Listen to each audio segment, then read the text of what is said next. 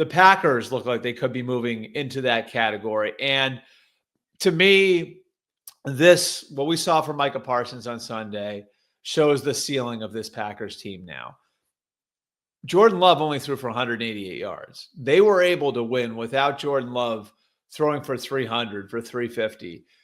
They were able to win in a different way. They were able to control that game through their running game, through their defense. And I think the way you want to look at this, if you follow the Packers, if you're a fan of a team in the NFC North, is the amount of control the Packers were able to have over that game. And I think that's reflected in the usage of Micah Parsons. Now, Micah Parsons actually didn't arrive at the Packers facility for work until 9 days ago. So 2 Sundays ago.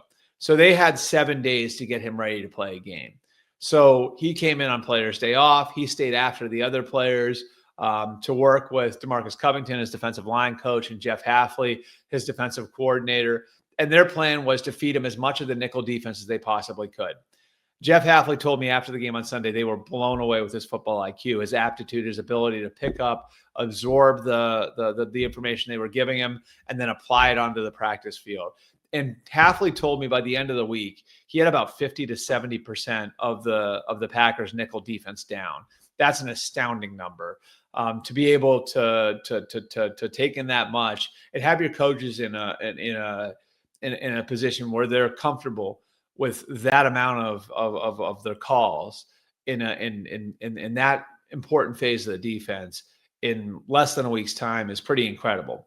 So that's one piece of it. That Micah Parsons, his football aptitude was on display all week long to the people in the Packers building. Then there's a second piece to it, which is to get into those obvious passing situations where they were planning to use Micah Parsons, where they wanted to get him out there. And I believe he played 29 snaps, which is a good percentage of the snaps for a guy who just joined the team 7 days earlier. If they wanted to get in those situations, they had to stop the run. And they held the Lions to under 50 yards rushing. And this is the thing that nobody's talking about. This is the thing that Hafley told me he was most proud of coming out of the game, was that they were able to play run defense in a way that they haven't been able to play against that Lions team over the last couple of years. Now, that Lions offensive line, of course, is missing Frank Ragnow, and that's a big deal. They don't have Ben Johnson anymore. That's a big deal.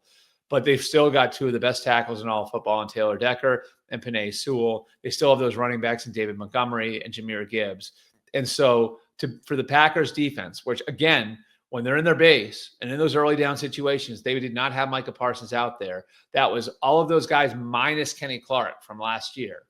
So for them to be able to play run defense the way that they did was, I think, one of the biggest things for any of us to take from this game, and one of the biggest things the Packers coaches took from that game. So that set up more obvious passing situations, which allowed the Packers to get Micah Parsons on the field more.